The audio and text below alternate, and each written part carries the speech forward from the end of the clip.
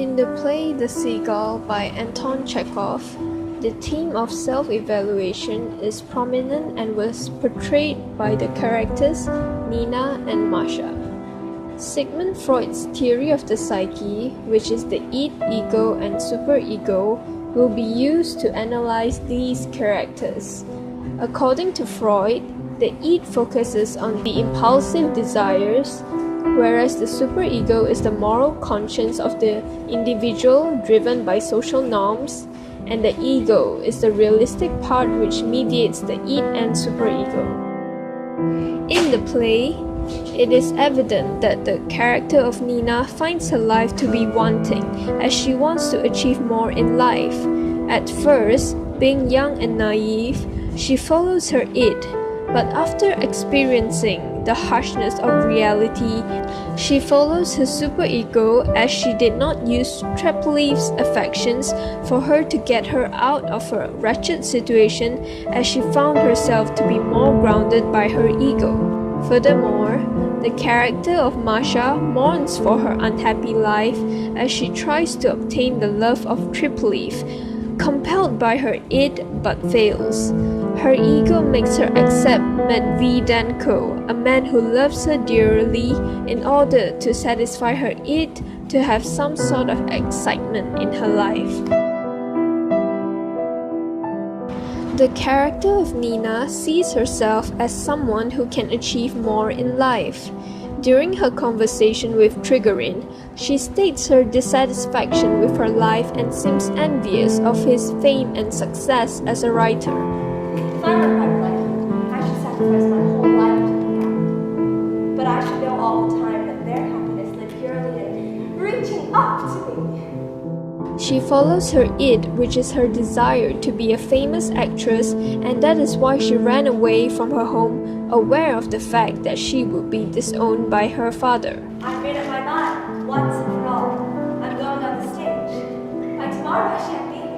I'm getting away from my father. I'm resenting everything. I'm starting a new life. Maybe, just like you, possibly. We shall see each other again. After her affair with Trigorin and the death of her child, Nina finally realizes that life is not all dreams and happiness. I understand now that in our work, and it makes no difference whether we're acting or whether we're writing, the main thing is not the fame, not the glory, not all the things I used to dream of. It's the ability to endure. She became wiser and follows her superego or conscience to not use Treplev, who was still madly in love with her, to help her get out of her unfortunate state, as she is still in love with Trigorin.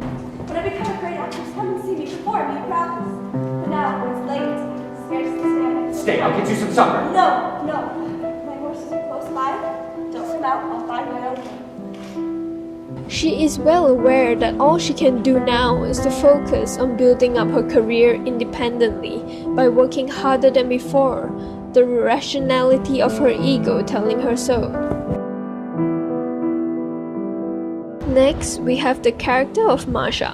Masha evaluates her life and finds it wanting.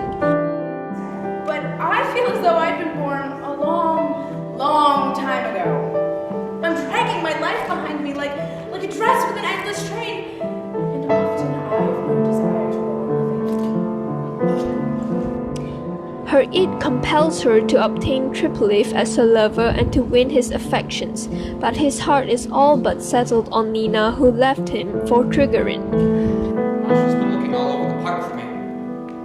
Tolerable. Despite her rival being out of the picture, she fails to make him love her, and she decides on a more realistic choice by marrying Medvedenko. Loving without hope, waiting year after year for something to happen. I'm certainly not marrying for love, but there'll be new troubles to drown out the old.